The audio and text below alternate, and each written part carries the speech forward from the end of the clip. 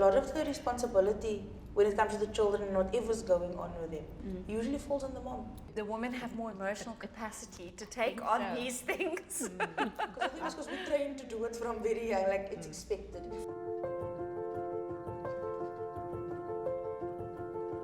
Something I remember about coming home as a young mommy was the expectation that I think because I was a single mom or because I was a woman, resting was kind of not something I was allowed. And bear in mind, a second C-section, I felt way worse than the first time. Sure. I'd come home the Thursday, I remember, and Sunday, my mom said to me, you know, like, it was sort of like, how dare you lay here, make lunch. It was the baby, take care of the baby, do your chores, take care of him, do your chores. And that was it, that was my whole reality for a while.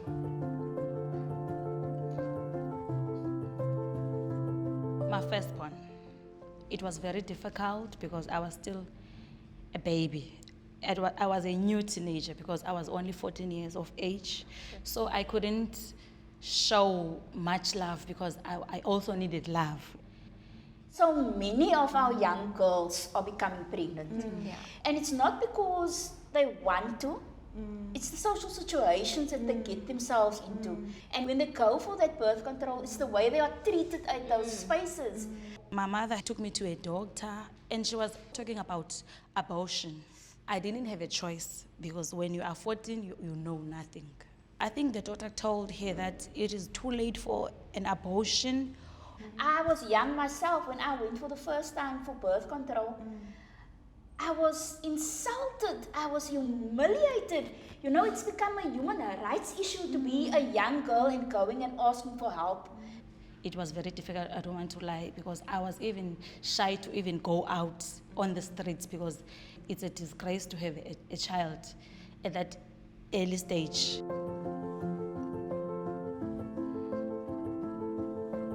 I was the first person to get a C-section in my family. Everyone was giving advice left, right and center, not knowing how that would affect me. I was putting like basically everything. They said it was gonna heal faster. 2 weeks into that, I got an infection. I had to be on antibiotics. I was in hospital for a month. So baby had to go home with my mom.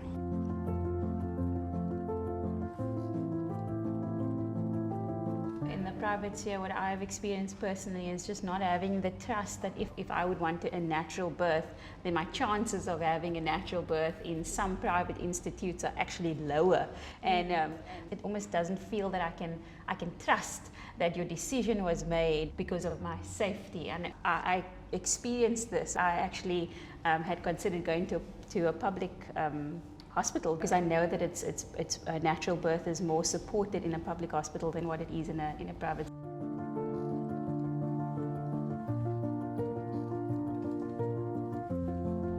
When I was discharged from hospital, it was all about COVID-19. Everyone was in panic.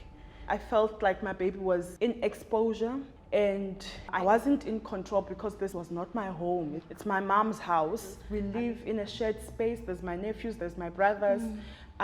People come in and out. I still need to make sure that everyone is safe. There's enough sanitizers, there's enough masks. But it's hard to do that because I'm the only one pushing this narrative. It was level 5, but in Khayelitsha it was not level 5. And everyone is saying I'm a control freak. It is so hard to mother with your own rules if you live in a shared space.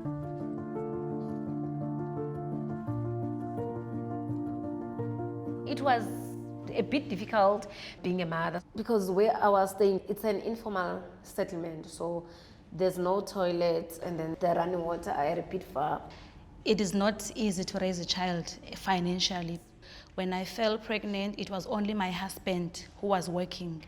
Unfortunately, when my child was 1 year, 1 month, he lost his job. So since from then up until now, there was no income at home except for the child social grants.